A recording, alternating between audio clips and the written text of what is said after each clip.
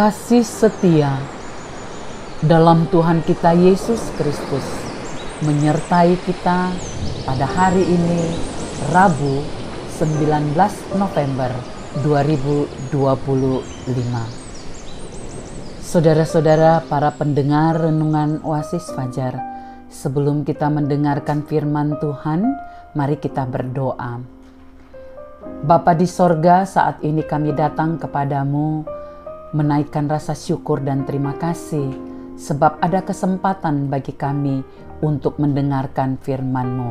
Berbicaralah bagi kami siap mendengar. Dalam nama Tuhan Yesus Kristus kami berdoa. Amin.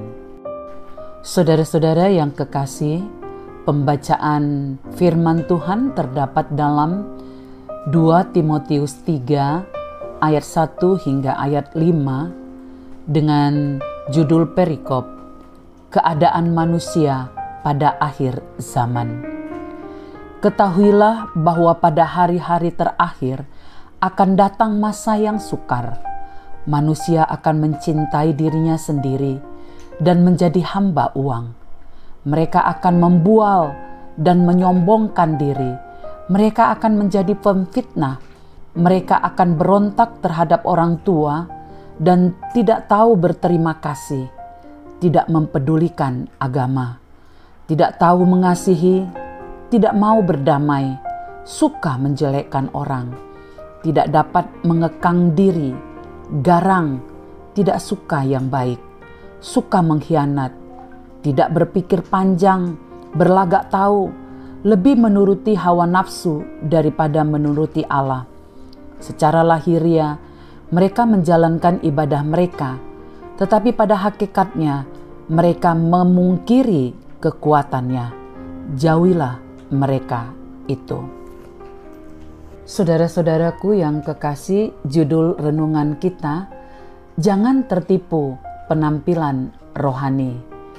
Ayat penekanan pada ayat kelima, secara lahiriah mereka menjalankan ibadah mereka, tetapi pada hakikatnya mereka memungkiri kekuatannya.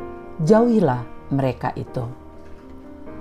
Sebagai manusia, wajar bila kita menghormati orang yang rajin beribadah, karena ibadah merupakan salah satu cara untuk mendekatkan diri kepada Tuhan.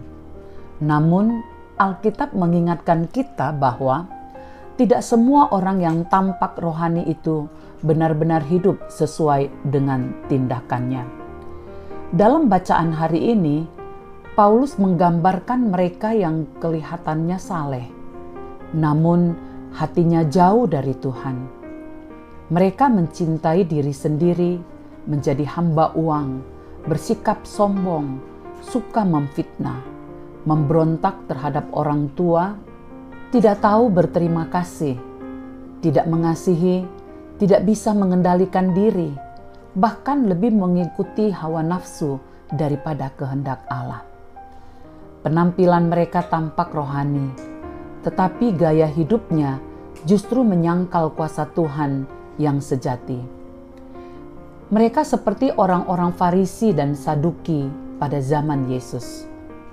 Mereka tekun beribadah secara lahiriah, tetapi tidak mengizinkan firman Tuhan mengubah hati dan perilaku mereka. Itulah sebabnya Paulus menasehati kita, jauhilah mereka itu. Bukan agar kita membenci, tetapi supaya kita tidak terpengaruh dan tidak tertipu oleh kemunafikan rohani yang hanya bersifat lahiriah. Akan jauh lebih bijaksana bila kita tidak hanya tekun beribadah, tetapi juga hidup sesuai dengan kebenaran firman Tuhan. Kerohanian sejati bukan hanya soal tampilan luar, tetapi tentang kehidupan yang diubahkan dari dalam oleh kasih karunia Tuhan. Penegasan, jangan tertipu oleh penampilan luar, karena Tuhan mencari orang yang sungguh-sungguh taat pada firman-Nya, bukan sekedar kebiasaan beribadah dan beragama. Saudara-saudaraku, mari kita berdoa. Ya Tuhan, ampunilah kami jika selama ini kami tidak taat kepadamu.